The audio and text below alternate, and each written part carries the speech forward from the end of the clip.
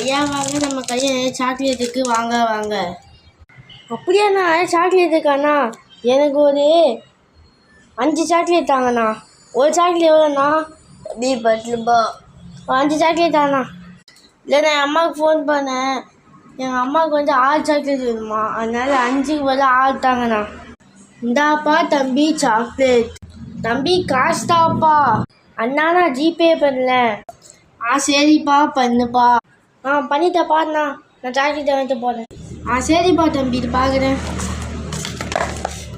என்னப்பா தம்பி 50 ரூபா அமுச்சு விட்டுக்குற? அண்ணா என்கிட்ட வந்து காசு வீட்டில் இருக்குண்ணா. என்கிட்ட இப்போதைக்கு 50 ரூபா தான் இருக்குது. எழுதி வச்சுக்கோண்ணா, அப்புறமா 10 ரூபா தரேன். அதெல்லாம் கொடுக்க முடியாதுப்பா, போப்பா.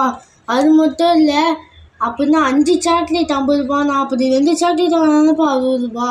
2 சாக்லேட்னா நீ கரெக்டாக 10 ரூபா தரணும்ப்பா. அதெல்லாம் தர முடியாது, போப்பா. அதெல்லாம் தர முடியாதப்பா, நான் வச்சுக்கிறேன்ப்பா. நம்ம கடையை ரொம்ப நாளாக விஷயம் வியாபாரமாக இல்லை, அதை என்கிட்ட 10 ரூபாய்க்கு விற்று வாங்கிடலாம். ஐயோ, அப்படியே போனால் கண்டுபிடிச்சோம், வேஷம் போட்டு போனோம். அண்ணா இந்த வாட்சு பிராண்ட் நியூ வாட்சு. இந்த வாட்சு வந்து வாங்கிக்கோங்கண்ணா. இங்கே காட்டுப்பா. ஆமாம்ப்பா, இந்த வாட்சு செம்மையாக இருக்குது. இந்த வாட்சு ரொம்ப லோக்கல் பிராண்டாப்பா. ஆமாங்க. ஓகே, நான் வேணா 10 ரூபா கொடுத்து வாங்கிக்கிறேன்ப்பா. ஓகேண்ணா, கொடுண்ணா 10 ரூபா. தேங்க்ஸ்ண்ணா. எப்பாடி, அது உள்ள வாட்சே இல்லை, 10 ரூபாய்க்கு வித்தாச்சு வெறும் டப்பாவை. அண்ணா ஏன்ப்பா தம்பி திருப்பி வந்துக்கிற? அதான் வாட்சு வாங்கிட்டு 10 ரூபா கொடுத்துட்டேன்ப்பா, போப்பா. அண்ணா நான் அதுக்கு வரலண்ணா, அந்த 6 சாக்லேட் வாங்க வந்தேனே. தம்பி நீயா? நான் தான் ஐயா, எனக்கு தெரியாது. நீ இப்பயே 6 சாக்லேட் தர ஐயா.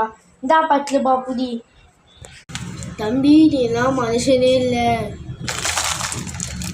இந்தா புதிதான் சாக்லேட். ரொம்ப நன்றிண்ணா. இந்த மாதிரினா வியாபாரம் பண்ணணும். அது வெறும் டப்பா வட்டாண்ணா.